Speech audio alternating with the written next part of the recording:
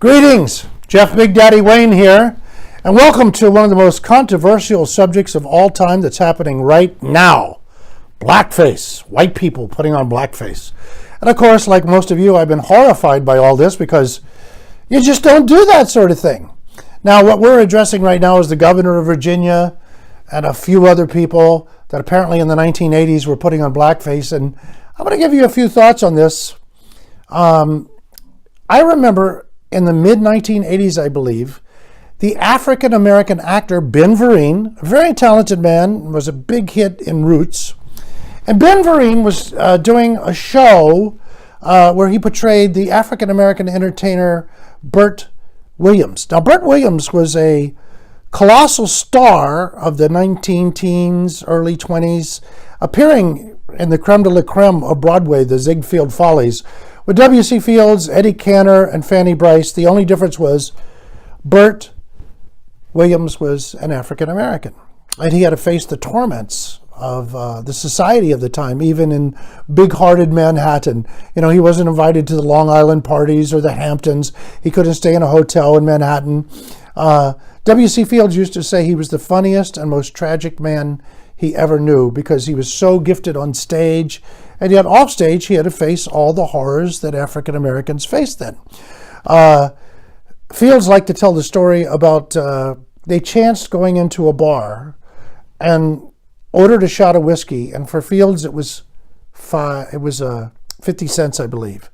And the bartender looked at Bert Williams and said, "For you, it's $50 a shot, or $100. I think it was $100 a shot." And then Bert Williams just laid $500 on the bar and said, "Give me 5 shots." That's the kind of man he was. That's royal. So when Ben Vereen was doing a show at the White House, a special appearance for the Reagans, he did a scene as Bert Williams, and he did it in blackface. Now, that was an African American appearing in blackface, and boy, did he face ridicule, rebuke. I don't think his career ever really recovered from this. A black man wearing blackface. Now, historically, Ben Vereen was correct. Black entertainers did wear blackface. Everybody did in those days. And my point being, that happened in the 1980s.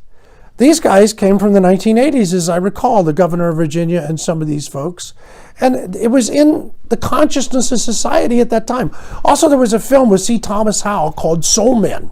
And in it, he played a rich kid that was disowned by his father, I recall. And to get into college, he used the admissions that they used to help affirmative action. So he blacks up, and it was called Soul Man. And he was completely rebuked, and he came under heavy criticism. See Thomas Howell? Oh, you could see Thomas Howell when they started shooting at him. I don't think his career ever recovered from that. It was blunted, and he's not a bad actor. I saw him in Criminal Minds, and he played a serial killer. Maybe the thought of all this was feeding into the character. I don't know. Also, people may remember Ted Danson when he was dating Whoopi Goldberg, and he wore blackface, and boy, did he come under fire. Now, I heard a couple very scholarly African Americans on the morning shows talking about the history of blackface. And I understand the history. I am not going to disagree with some of their viewpoints where they said it was Jim Crow, it was controlling African Americans via this appearance, ridiculing them, making fun of them. Maybe some of that is true. Maybe all of it's true. I'm just offering another thought. I think by the late 1890s, blackface was just a very accepted part of American theater. Vaudeville, which was the reigning entertainment at the time. And if you're a white kid going into a theater and you wanted to be part of the show, they said, "Okay, we're doing a minstrel show and you're going to have to black up." I don't think they had a consciousness of that as being some kind of power grab or being racist. I mean, it was just part of the times. As so many people today look at history through modern eyes, everything was not about this racist power struggle. Sometimes it was just, that's the way things were. So by the time an entertainer like Eddie Cantor or Al Jolson came into being, this just it was accepted by all of society. These guys are on Broadway. Jolson, a Schubert guy. Cantor, a Ziegfeld guy. And they performed all over the United States. I just don't think everybody thought of it in those terms. I'm just offering that as a thought. I'm not saying it's right. Because let's face it, some people can be forgiven. Ted Danson was forgiven. Ben Vereen was not forgiven. Unforgivable, that's what you are. The governor of Virginia, I'll leave him to his fate. What I found interesting, it's a trend of today that when somebody starts getting their head lopped off, it's like the French Revolution. The guillotine is out. The mob is ruling. Off with their head, off with their head, off with their head. The governor of Virginia, the AG of Virginia, and now we're finding other people. We're even finding Joy Behar from The View. Now, I am no fan of Joy. I'm not saying she isn't unintelligent. I'm not saying she can be funny sometimes, but she is always one to hug the liberal cause with such passion. She wants you to know how wonderful she is. What does Joy do? Off with their heads! Off with their heads! Well, now we're finding out that Joy Behar wore blackface.